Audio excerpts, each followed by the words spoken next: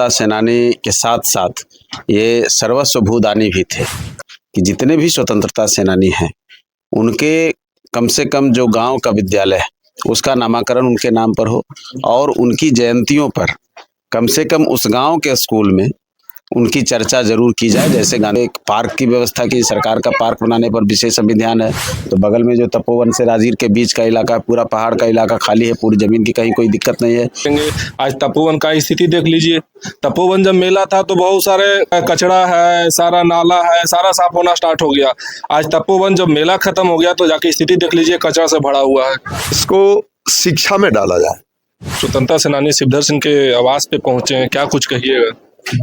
देखिए, हम लोग के सौभाग्य का विषय है कि आज 26 जनवरी को हर वर्ष उनके परिवार के द्वारा इसका आयोजन होता है और स्वतंत्रता सेनानी के साथ साथ ये सर्वस्व भूदानी भी थे। स्वतंत्रता सेनानी होना और उसके बाद अपने पूरे जितनी भी जमीनें थी इनको सब उन्होंने समाज के लिए दान कर दिया। तो ऐसे विभूति समाज में बहुत गिने चुने आपको मिलेंगे।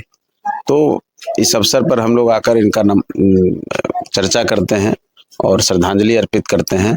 और हमने सबसे मांग भी किया है कि इनके नाम पर हम लोगों ने आज बात भी की उस पर कि ऐसे स्वतंत्रता सेनानियों के नाम पर हम तो सरकार को भी लिखेंगे और हमने कहा कि हम अपने राष्ट्रीय अध्यक्ष जी के माध्यम से मुख्यमंत्री जी तक भी इस बात को पहुंचाएंगे कि जितने भी स्वतंत्रता सेनानी हैं उनके कम से कम जो गांव का विद्यालय है उसका नामकरण उनके नाम पर हो और उनकी जयंतियों पर कम से कम उस गांव के स्कूल में उनकी चर्चा जरूर की जाए। जैसे गांधी जयंती पर हम लोग गांधी जी की चर्चा पूरे देश में करते हैं तो संभव नहीं है, लेकिन कम से कम उनके गांव में या स्थानीय जो जहां के हैं वहां पर उनकी कृतित्व की चर्चा हर वर्ष हो और एक ऐसा आयोजन उस स्कूल में मनाने की व्यवस्था हो ताकि ऐसे विभूतियों की याद बनी रहे, उनके जो आने वाली पीढ़ियां हैं उनके बारे में जाने और उनसे वो प्रेरणा ले।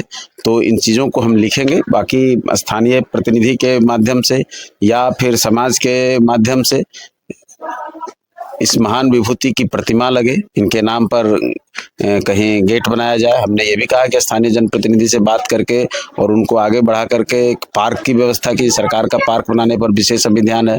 तो बगल में जो तपोवन से राजगीर के बीच का इलाका, पूरा पहाड़ का इलाका खाली है, पूरी जमीन की कहीं कोई दिक्कत नहीं है।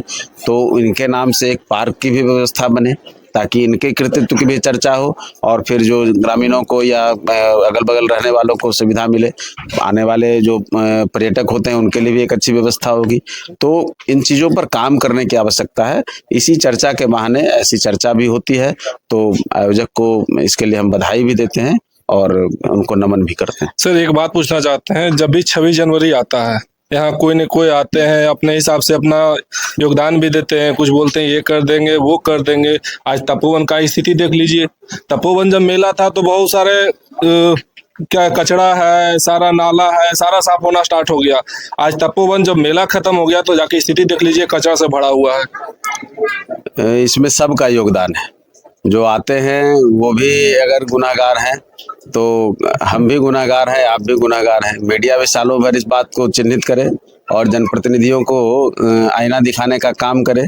अब तो बड़ी आज़ादी है, हर जगह मीडिया है और जनता के बीच में भी इस बात को ले जाने की आवश्यकता है। मैंने पहले भी इस बात को कहा था। इस साथी में एक चीज हम कहना चाहते हैं कि इसको शिक्षा में डाला जाए। अगर शिक्षा पद्धति को चेंज करके इस पद्धति में डाला जाए कि किस तरह का ये स्वच्छ हो, इसके लिए आपकी शिक्षा नीति में ये सुधार करने का सबसे बड़ा माध्यम होगा।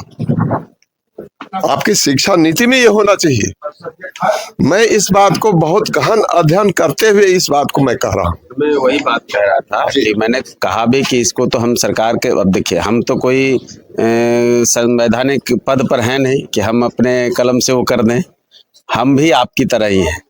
अब ये और बात है कि हम चिट्ठी लिखने को तैयार हैं, आप भी कर सकते हैं, जनता भी कर सकती है, सबकी आजादी है। आप अपना पार्टी राष्ट्रीय प्रवक्ता है। मैंने वही कहा कि मैं अपने राष्ट्रीय अध्यक्ष जी के माध्यम से करूंगा। तो व्यक्ति का और पद का एक बड़ा महत्व होता है कि कौन व्यक्ति कह रहा है, कौन लिख रहा है। अगर मुख्यमंत्री को आप लिखेंगे तो कुछ असर होगा, हम लिखेंगे तो थोड़ा कुछ और असर हो सकता है, अगर वो लिख देंगे तो निश्चित तौर पे ज़्यादा असर होगा।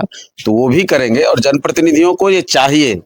लेकिन अब विडंबना है कि वो अपने काम को नहीं पूरा करते हैं। आज अजीत बाबू कह रहे थे तपोवन के बारे में, अभी अभिभावक ने भी कहा, निश्चित रूप से उसका विकास जिस रूप में होना चाहिए था वो नहीं हुआ।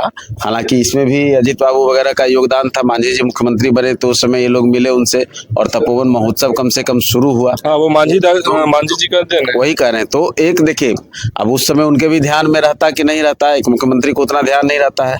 इन्होंने कहा और उन्होंने 2 मिनट में किया।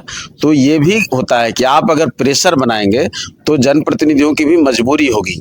और विडंबना है कि अब यहाँ जो जनप्रतिनिधि थे, अब स्थिति हो गई कि महापुरुषों को भी लोग जातियों में विभक्त कर देते हैं। अब तो देवी देवताओं को भी लोगों ने जातियों में बांट दिया है। राय पंचायत के जो भी जनप्रतिनिधि हैं वो यहाँ उपस्थित भी नहीं है। उन कारणों से अब स्थानीय प्रतिनिधियों की बात हम नहीं करते। जो ये मुखिया और सरपंच का काम भी नहीं है, ये बड़े नेताओं का काम होता है। ये विधायक स्तर पे, सांसद स्तर पे, विधान परिषद जो है उनका काम है। सरकार तक वो अपनी बात पहुंचा सकते हैं। तो उन लोगों को इसमें पहल करनी चाहिए थी। पिछले जो 35 वर्षों से जिनका शासन था उनका तो इस पर कोई ध्यान ही नहीं था। तो अब स्थिति बदली है, अब वो विदा हो गए हैं, अब नए आए हैं। तो इन लोगों के माध्यम से काम निश्चित तौर पे होना चाहिए। और बाकी हम लोगों को जो करना है, हम लोग भी तो इन्हीं लोगों के समान है और इन्हीं लोगों के साथ खड़े हैं। जहाँ कुछ लगेगा तो अपनी बात कहेंगे और उसको करवाने का प्रयास करेंगे। संवैधानिक पद पर है नहीं कि हम अपने कलम से वो कर दें।